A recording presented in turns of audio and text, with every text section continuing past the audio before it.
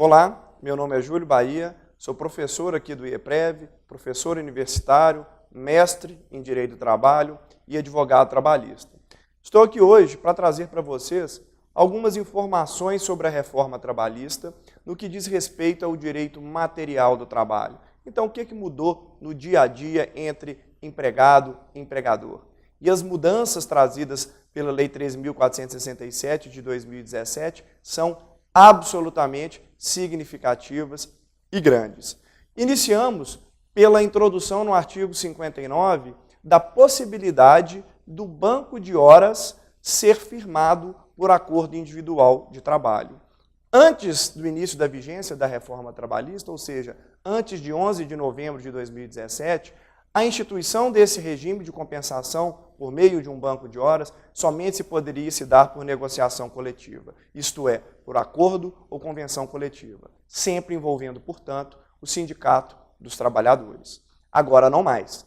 Agora o empregado e o seu patrão podem ajustar este banco de horas desde que a compensação não seja superior a 6 meses, ou seja, o trabalho ali realizado em 6 meses tem que ser objeto de compensação nesse mesmo período. Essa é uma modificação bastante significativa e até também um pouco controversa. Outra inovação diz respeito ao teletrabalho, que é também popularmente conhecido como home office. Cada dia mais temos trabalhadores laborando em suas próprias casas. E houve, portanto, uma regulamentação deste labor na lei trabalhista. O artigo 75A e seguintes descreve o que vem a ser o teletrabalho e qual a sua regulamentação. Destaco aqui o seguinte ponto.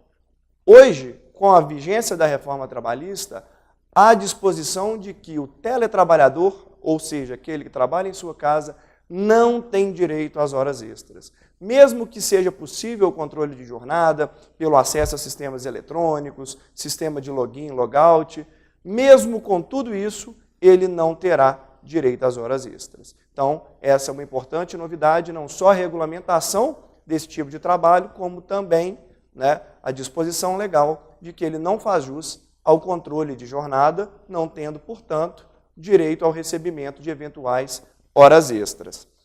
As férias dos trabalhadores também sofreram, na minha visão, uma salutar modificação. Passaram a poder ser divididas, desde que o trabalhador concorde, em até 3 períodos, desde que um deles tenha pelo menos 14 dias corridos e os outros não sejam inferiores a 5 dias. E também passou a legislação trabalhista a dispor que as férias não podem se iniciar antes de 2 dias do repouso semanal remunerado ou de feriados. Inovações que vieram, de fato, para se adequar ao contexto que nós temos das relações de trabalho, mais dinâmico, mais moderno, óbvio que também, muitas vezes, alvo de algumas críticas, como o surgimento do contrato intermitente, bastante polêmico, que é aquele em que o trabalhador ele é contratado pelo regime seletista, mas só recebe pelo serviço efetivamente prestado. Ele fica à disposição do empregador e pode ser chamado para trabalhar, podendo inclusive recusar. No entanto, se ele se dispuser a trabalhar, se aceitar o convite e não comparecer, pode ter que pagar uma multa para o empregador. Repito que o contrato de trabalho intermitente é uma inovação bastante significativa da reforma trabalhista e também bastante polêmica, por questões que podem violar os princípios que norteiam o direito do trabalho, notadamente os princípios da proteção e da hipossuficiência. Ok?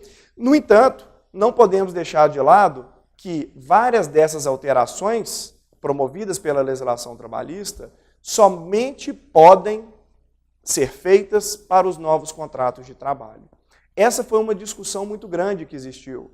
Houve, inclusive, a edição da medida provisória 808, que não foi convertida em lei, portanto, não está mais vigente, que tentava remediar essa situação, dispondo que a legislação, que a reforma trabalhista, que a Lei 13.467, passaria a valer também para os contratos firmados antes do início da sua vigência.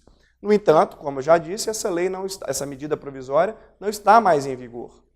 E, na nossa visão e majoritária já da jurisprudência, aplica-se a lógica do artigo 468 da CLT, que diz: qualquer alteração do contrato de trabalho é nula de pleno direito se for prejudicial ao trabalhador, ainda que ele concorde com esta modificação. Exemplifico com o primeiro tópico que tratei aqui na aula de hoje, que foi o banco de horas. Aos olhos do direito do trabalho, não é um instituto ideal, é algo que é pior para o trabalhador do ponto de vista teórico, jurídico. Logo, a instituição do banco de horas por acordo individual só tem respaldo ou validade jurídica para os novos contratos de trabalho. Isso implica dizer que há uma insegurança jurídica muito grande, para não dizer uma ilegalidade, aplicá-lo a contratos cujo início se deu antes de 11 de novembro de 2017, que é quando a reforma trabalhista passou a vigorar no nosso país. Então, fique atento a essas modificações que eu trouxe aqui na aula de hoje, implementadas pela reforma trabalhista, né? Temos diversas outras que merecem muita atenção de você, que está aí do outro lado, e convido, portanto, para ingressarem no site do IEPREV, para verem os cursos que dispomos sobre esse assunto e para vocês se atualizarem sobre a reforma trabalhista. Até breve.